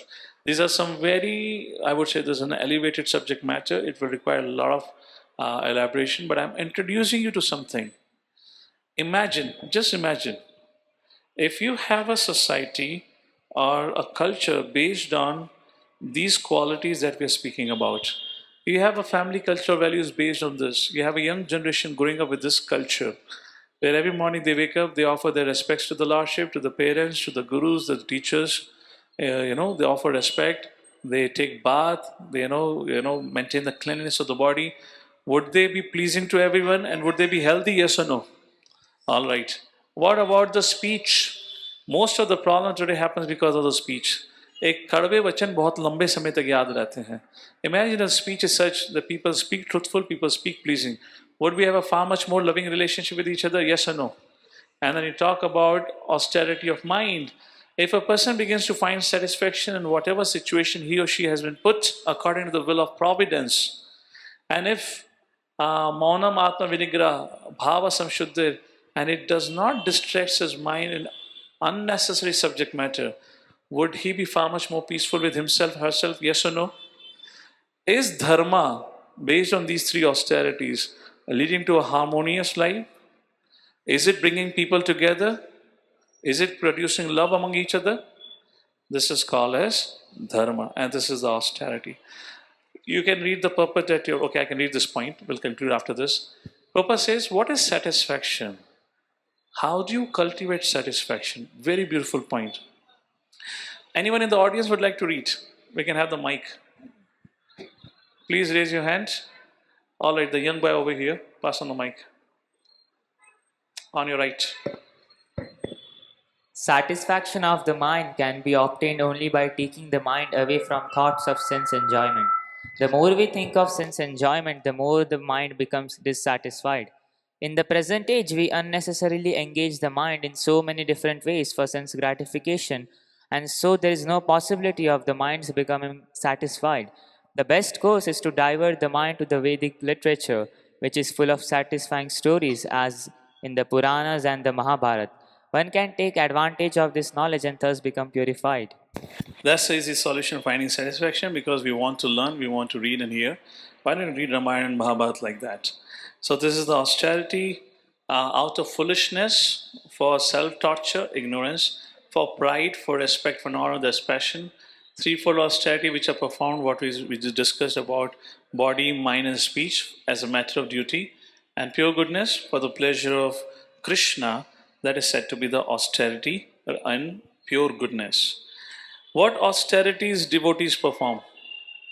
Those of you who are devotees here, any idea what austerities devotees perform? Austerity at the level of body. What is an austerity at the level of body? Yes, please. Fasting on particular days of Vishnu. What austerity of body devotees perform? And if in case you know medically, bi-monthly you should fast if you want to live longer and healthy life. Even that fasting is for our own good. And plus by that you please the Lord. What other austerity of body we perform? Waking up early in the morning, Brahma Muhurta. How many of you while growing up your parents told if you want to learn more, wake up in Brahma Muhurta? right? Which means it's our own good only. If you sleep in time, wake up in time, keeps you healthy, what austerity of body we perform? We eat only Krishna prasadam, which is also good for us only. All right. What is the austerity of speech? What austerity of speech devotees perform? They sing no filmy songs, but they sing Hare Krishna. That's austerity of speech. They recite Vedic scriptures, they discuss about Krishna, they sing beautiful songs like this. It's a good austerity. What is austerity of mind the devotees perform? How many of you remember when you had your final exam, parents said no watching of TV, movie, news, etc., right? The same thing we are told, don't watch movies, TV things because it distract you. If you want, you can read Mahabharata, Ramayana, things like this. Read, hear, keep the good association. If you look at all these austerities which devotees perform, is in return helping us living a more harmonious life, not other way around. All right. Motivation, we'll see that next chapter. And the final thing that Krishna speaks of charity in the modes. To serve is the need of the living entity. You cannot take it away. Which means there could not be anyone who would not have charitable disposition. The only thing is why people do charity. That motivation will determine it's in Sattva Gun, Rajagun, and Tamagun. Let's take a look at it. The charity being done in mode of goodness, passion, ignorance. I'll come directly to the slide here. Krishna says charity in mode of goodness is given out of duty without expecting any return. Nobody have to ask you. That is the meaning of duty. An individual does it by himself because he considers this is my duty to serve. If somebody asks you, encourages you, pushes you, and then you, after that push or pressure, you give charity, that is mode of passion. Another thing in goodness, you do charity out of duty but without any expectation. Would my name be announced or not announced? That is not a consideration because the thing is duty here. Another thing about the charity, it is to be done with proper time, place, and also should be given to the right person. That's mode of goodness, charity being done. Pure goodness, it is done only with an intention to serve the Lord and to promote Krishna consciousness. Mode of passion, charity being done when you are asked to do charity, or even if charity is done by self, it is done so that my name will develop some goodwill. I'll get some kind of name, fame, and recognition like this. And or else the charity can be done. If not that as an intention, then you are forced to do charity. Then you do, in a grudging mood. ठीक है, ले जाओ कुछ. That is all done in mode of passion. It is not beneficial. Mode of ignorance, the charity done in the wrong time, wrong place, and for a wrong cause, or given to a wrong person, and have no idea what that person is going to do with the charity that I'm giving him. Can you think of any one example which we often do? Yes, mother. Maybe patient. Passion, what is that? Yeah, the tax which is being deducted, right? Tax which has been deducted. Okay, fine. Okay, grudgingly. All right. What else? Charity. One charity in mode of ignorance which most of you are familiar of. Anyone? You do it, you give it, no consideration on time, place, and even to whom you're giving, you have no idea what he or she gonna do with your money. Beggars. Beggars. They're not there because the will of providence. Many have made their profession out of it. And what they're gonna do with it? You have a compassionate heart, which is no doubt about it. And to have that compassion, therefore Srila Prabhupada started Food for Life. And he said within few kilometers of any ISKCON temple, nobody should go hungry. Therefore, we have this whole day running Food for Life. What does beggar want? They want food to eat? Send them for Food for Life. You want to donate? Better donate for Food for Life cause. ISKCON will cook food and offer to the Lord as bhoga, and prasadam will be distributed to all. So I'm not saying against giving it to beggars, but the idea is, would it really serve its purpose? That's the point here, considering that. That's about charity. How are we bound by this? These are some things. I'm getting late, so maybe let's quickly summarize. How are we bound by these modes? Sattva gun, Rajagun, Tamaguna. How are we bound by these modes? What's an idea? Why are you being bound by the three modes of material nature? Because of our own free will. Krishna has not sent us. Many times people say, Bhagwan ne hame bheja hai. Patthar podne ke liye? क्यों भेजा है भाई? भगवान ने नहीं भेजा. We chose to come here. It's our free will. And if you want to get yourself free of this clutches, again it is your free will. You have to take a step forward to set yourself free. Are the modes of passion and ignorance bad? Yes or no? No. For us to live in this life, in this world, we need goodness, passion, ignorance. But we should be largely dominated by goodness. If there is no influence of ignorance, how would you go to sleep? Your sleepiness, the drowsiness comes because of mode of ignorance, that laziness. So night time is dominated by mode of ignorance. So we need that. So therefore, everything has its own utility. Hello? Who controls the three modes? Who controls these modes of material nature? Maya Dhyakshena Prakriti Swete Sa Characharam is controlled by Krishna. So if you want yourself to be freed from this mode, so whose shelter you have to take? Krishna. That is what Bhagavad Gita says. Durga Devi, she is the controller or delegated authority in this creation through whom we get this kind of more, influences. You see, she carries a trishul. So her three ends of the trishul represent three tapa: Adhyatmika, Adhibhaudika, Adhidaivika Klesha. And have you seen she's always having the trishul, pointing downwards? That's the whole idea of punishing. So that's her thing. She's said to be Durga. What is the meaning of Durga? Ga means Gaman, Jnana, Durga, which makes your journey difficult. And what is the journey of life? Journey of life is to exit the material world, go back to the spiritual world. Who makes your journey back home, back to God, a difficult or impossible is Durga. So her responsibility or role here is to keep living entity within this material world.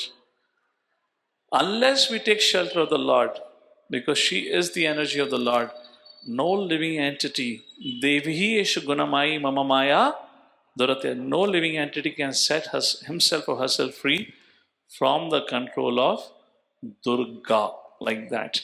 And the reason why she causes troubles in our life, this tapa, is to motivate us to go back home, back to Godhead, so that we can take shelter of the Lord. And with this, Krishna concludes the chapter by saying that anything and everything we do in our life becomes auspicious if we do it for the satisfaction of the Supreme Personality of Godhead. And that is the meaning of the word Om Tat Sat, which means whatever I am doing, let it be offered as a service, as an offering for the pleasure of the Lord, and everything be auspicious by the blessings of the Lord. Om Tat Sat. Let auspiciousness prevail. Let you attain success or perfection in your endeavors, and whatever you're performing, let it be in the spirit of seva for the Lord. So last few verses of the 17th chapter talks about the meaning of word Om Tat Sat. In other words, Om Tat Sat is the concluding statement. Om Tat Sat means conversation ends. Now let your endeavor be all successful. In other words, Krishna says Om Tat Sat, Arjuna, conversation is over now. Yes? If you understand this terminology, the moment you say Om Tat Sat, which means done. I bless you, let all your endeavor be meet perfection, and everything that you do may be in the spirit of service for the Supreme Lord. There is nothing else required. So 18th chapter is an additional conversation that happened between Krishna and Arjuna. In 17th chapter, the moment Om Tat Sat has been spoken by Krishna, everything is already completed. So 18th chapter is more or less the recap of the whole concept of Bhagavad Gita, and therefore is the longest chapter of Bhagavad Gita, where at the end of Bhagavad Gita, Krishna once again tells or reminds Arjuna that now enough is enough, give up all kind of dharmas, follow only one dharma. And what is one dharma? Follow the instructions of the Lord.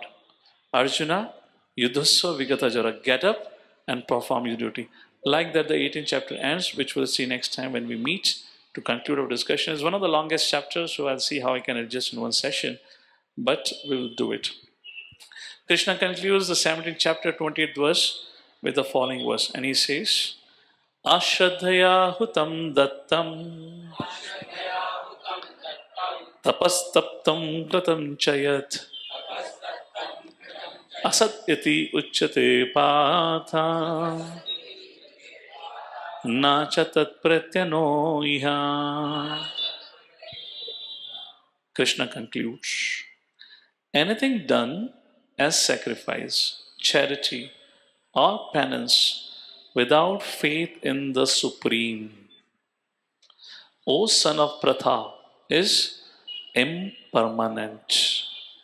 All our endeavors, if it is done without having faith in the Lord, faith in the Lord means faith in His words, means like Bhagavad Gita, which has been done without its injunctions, is all temporary. It is called asat and is useless both in this life and the next. In other words, Krishna says, Arjuna, keeping faith in me, you have accepted me as your spiritual master, Shishya Syam Sadimantam Prapannam. Now is the time for you to get up and perform your duty. So it makes very clear, subject matter concludes here, because the pretext of Bhagavad Gita was to clarify, should I fight or not fight? But that was not the context of Bhagavad Gita. So when I conclude, we'll do a recap of, no, we'll do a review of 18th chapter, and I'll conclude finally with what was the actual context of Bhagavad Gita. Many of us think the context of Bhagavad Gita was that Arjuna was on the battlefield, Arjuna got bewildered, he surrendered to Krishna, he asked question to Krishna, and Krishna, to clarify his doubt, spoke Bhagavad Gita. That is not context. That is called as pretext. Pretext means an excuse to do what you wanted to do. So that was not what Krishna chose as a reason. So context of Bhagavad Gita is not to clarify what you should do or not do. That was just a mere pretext for Krishna to speak the highest wisdom. So what would be the context of Bhagavad Gita? We'll see next time. Concluding words from Srila Prabhupada. Prabhupada says, in the conditional state, people are attracted to worshipping devtas, bhutas, pretas like Kubara, or yakshas like Kubera. Mode of goodness is better than mode of passion, ignorance, but one who takes directly to Krishna consciousness is transcendental to all three modes of material nature. Although there is a process of gradual elevation, if one by the association of pure devotees take directly to Krishna consciousness, that is the best way. That is what recommended in this chapter. To achieve success in this way, one must first find the proper guru, receive training under his direction. Then one can achieve faith in the Supreme. When that faith matures in course of time, it is called love of Godhead. This love is the ultimate goal of the living entities. One should therefore take to Krishna consciousness directly. That is the message of the 17th chapter of Bhagavad Gita.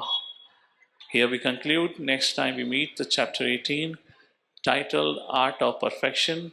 While drowning in the whirlpool of material life, how can you continue to swim back home, back to Godhead, will be the subject matter. With that, I conclude our discussion for here for today.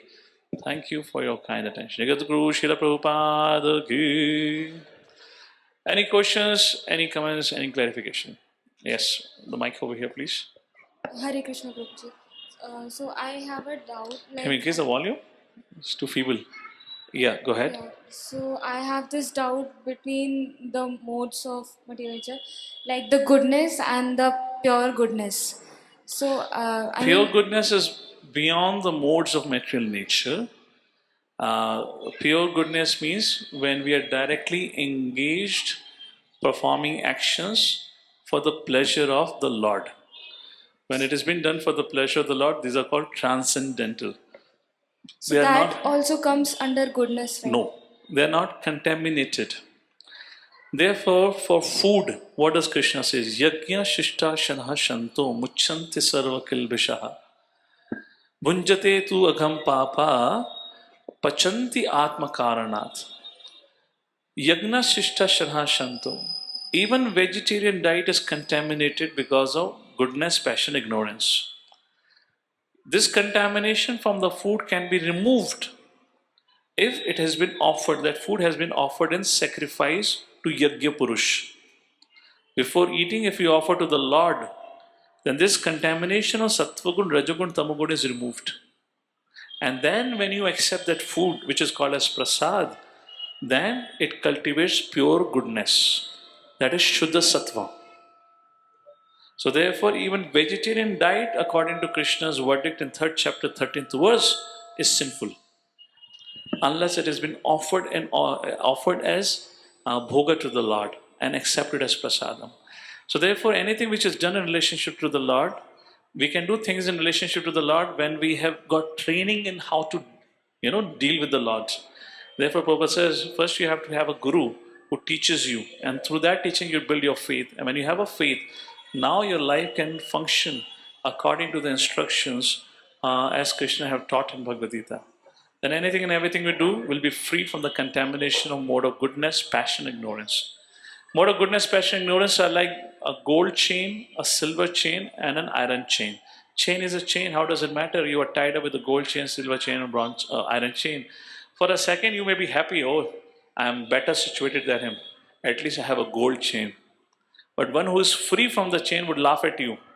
अरे मूर्ख आदमी अभी भी तू बंधा ही हुआ है सोने का हो चांदी का फर्क क्या पड़ता है That's your point. All right. Anything else? The young boy here. The Lord Shiva is in mode of goodness, right? So does that mean that I should not visit temples of Mahadev, or is it waste of time? What does that imply? So, right in the beginning, Krishna says, worship of devatas is in mode of goodness. All right. So, what's the question now? No, you said it was written, right? The worship of spirits, ghosts. So Mahadev. Yeah. So, worship of devata is also in goodness, mode of goodness. So, if you want to cultivate Shuddha Sattva Gun, then we have to go beyond that. Therefore, in that Prabhupada writes, so therefore everyone should take to direct Krishna consciousness. So therefore, they would not be afflicted by the modes of material nature, either be goodness, passion, ignorance. As far as Lord Shiva is concerned, or Lord Brahma, they're said to be Trinity, Brahma, Vishnu, Mahesh. Brahma is a representation of mode of passion. Lord Shiva is a mode of representation or the deity of Tamoguna, mode of ignorance. Therefore, all his followers are Bhuta, Preta, Pishash. Therefore, his name is Bhutanath. Who was the worshipper deity of Ravana? Lord Shiva. Whom did Lord Kamsa went and worshipped? Lord Shiva. Whom did Jarasandha went and worshipped and got his powers? Lord Shiva. So, who are the followers of Lord Shiva? Bhuta, Preta, Pishash, or of nature of Yakshas. Who is the deity of Kuvera? Lord Shiva. So this is what it is. What we do today doesn't matter because we have been doing things without having any understanding of Shastras. Look at the Shastric evidences. This is what it is. All right? So nobody is saying don't go to the temple of Devatas. That's not the point. We go to the temples of Devatas. We in fact offer more respects there, but with the right understanding. Who is who? All right? Okay, so thank you for your kind attention. You have been sitting patiently all this while. Maybe the smell of nice prasadam would be troubling your senses. So time to go for dinner. And next week we will be concluding our Saturday programs. So next Saturday would be our last session of Gita Unplugged and would be the last Saturday evening program. We will not be continuing with the Saturday program after next Saturday. For all of you, you can either join the family time program which we already started, or else all of you can join the Sunday evening program that we have, where we are discussing men are from Mars, women are from Venus, male and female psychology from Vedic perspective, and as well as Srimad Bhagavatam stories from Dwarka. All right? So just a heads up. Next session.